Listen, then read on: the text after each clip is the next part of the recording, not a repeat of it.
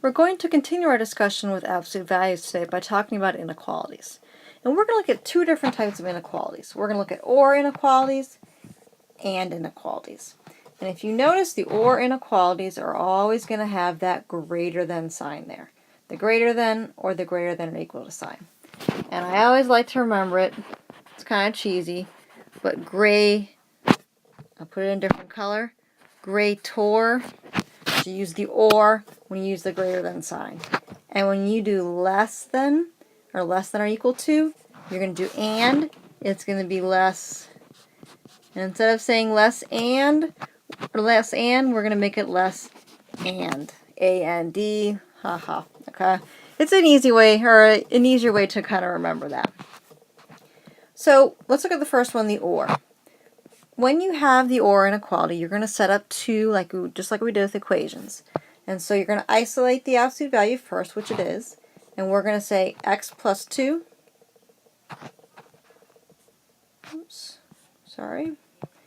X plus 2 is greater than 4.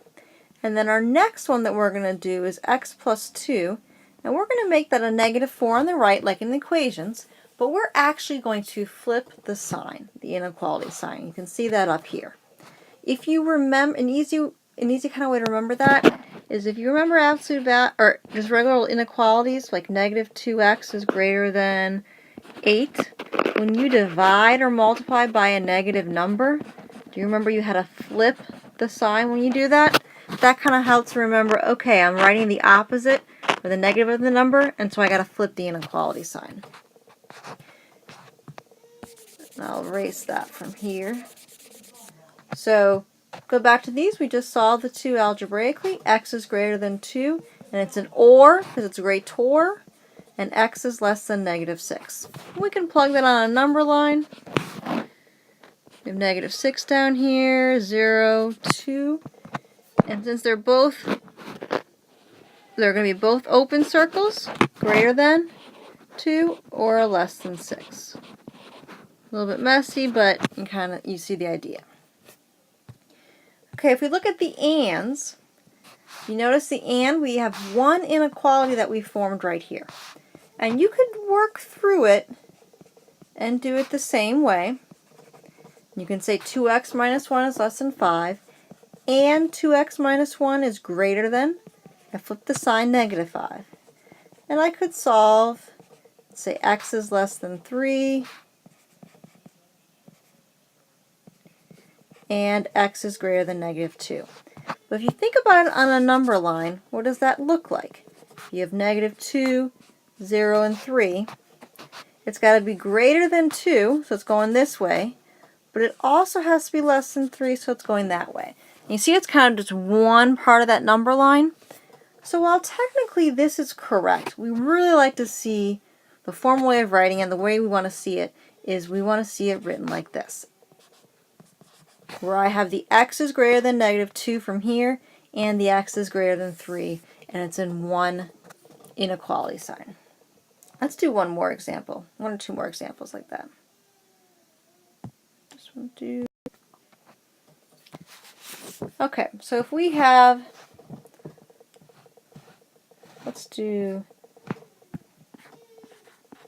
3x plus 5 is greater than or equal to 10. It's a greater, so we're going to do the OR.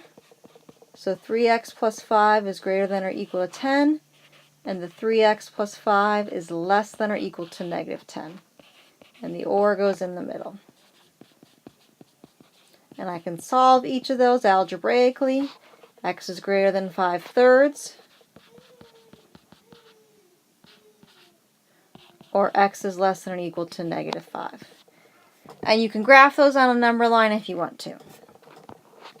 Let's look at a second example. 2x minus 1, let's say, is less than negative 25. So we have a less than, so we have an and inequality if you think about it. But take a step back and look at that and think about what that means. The absolute value of something has to be less than a negative 25. Can absolute value be, first of all, can it be a negative number? No. And so it definitely cannot be less than negative 25. So that is an empty set. So you always want to just take a second and look at the problem and say, does that make sense? Can I do anything there?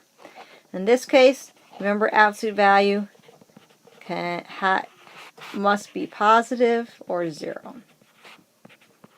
So that's why it cannot be less than a negative or a negative number. Number line now. So we're going to write an absolute value inequality, and we're going to graph it on a number line for the first two problems.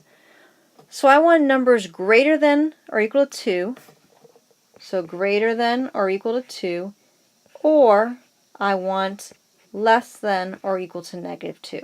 So since I have an or, I know my absolute value is going to be looking like this. Okay, and so it might be a little bit helpful if you want to think about it in two scenarios on a number line. If that helped you out, closed circle goes that way, closed circle goes that way. Okay. And when we write inequalities or even equations, when you do that with an absolute value, the number here is going to be your center, and the number here is going to be what's called your tolerance, or kind of your distance, however you want to think about it. Sorry, my handwriting is going downhill. And so what is our center between negative 2 and 2? Kind of average the numbers together, and you're going to get 0. So I would put x minus 0 in the center, and you really don't have to write the minus 0, it's just x. And what's the distance, or the tolerance, between 0 and 2 and 0 and negative 2? And it's 2. So I could rewrite it just like that. If I would solve that, you would see those two possibilities. Let's try another one like that. All numbers less than 4, and, so I'm going to have an and is a less than. So we're going to have the absolute value, and it's going to be less than a number. And so you're going to think about it the same way, where you have the 4 and the negative 4. And so it's got to be greater than negative 4 and less than 4. And what is the center of those two values? In this case, the center is 0. So you have the x minus 0 again, and the distance or the tolerance is 4. And you can write it like that. Well, now I'm going to give you the actual number line, and we're going to go back and we're going to write the inequality. So almost the same as we did up here, except actually a little bit less work. So if you look at the first example, we know that's going to be an and, because it's one thing on the number line. Same thing here, that's an and, this one's an or, this one's an and. And so when we do ands, we use the less than sign. And so we first need to figure out what is the center between negative 2 and 4. And the center in this case, if you kind of take the average of them, is going to be at 1. So we do x minus 1, that's our center. And then our distance in this case is 3. And so that goes on the right. X minus 1 is less than or equal to 3. So if you want to pause, and you want to try the next one down here, let's try number 5 first, because it's similar. Pause it, try it, and then come back and check and see if you got the right answer.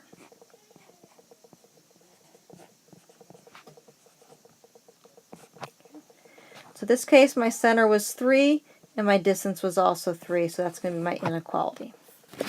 Same thing works for an or. You're going to have the x in the middle, but you're going to have the greater. And so my center of this one is negative 4. So if I write in the middle, it's got to be x minus a negative 4.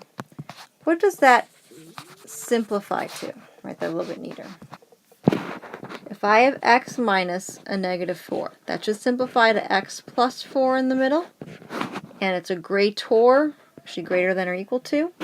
And my distance is 2, so it's going to be x plus 4 is greater than or equal to 2. And I didn't do any numbers in the next number line, so we'll just skip that example. And let's think about some word problems. Word problems are actually going to be very similar to what we just did on the last slide, because you're going to write an absolute value inequality, It's just in this case we're not dealing with a number line. Well, we could, but we're dealing with a word problem. So professional baseball, Major League Baseball, it should weigh 5.125 ounces with a tolerance of 0.125 ounce. So we're going to write and solve an absolute value inequality that describes the acceptable weights.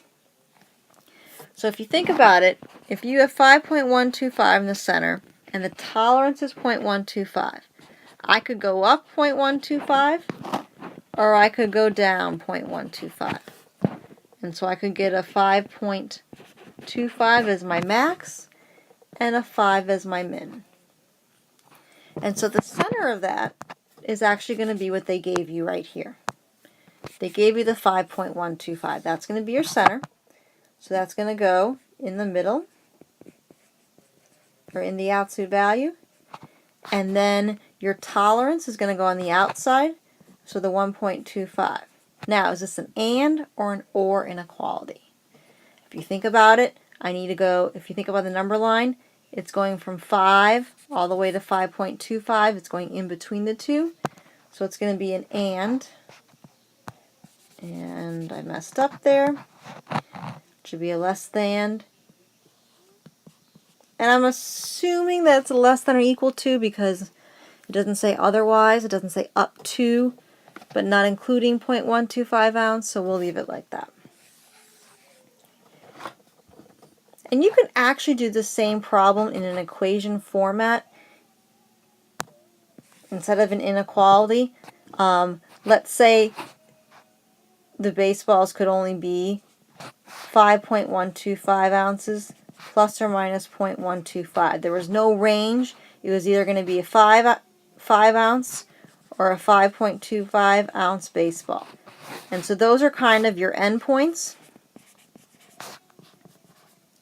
Here and here. So instead of writing inequality, I just want to write an absolute value equation. You do it the exact same way. You figure out what your center is. That goes in the middle. And your tolerance or your distance is the 0.0125. And then instead of writing a less than, making an inequality, you just make an equal sign. Works the exact same way. And that's absolute value inequalities.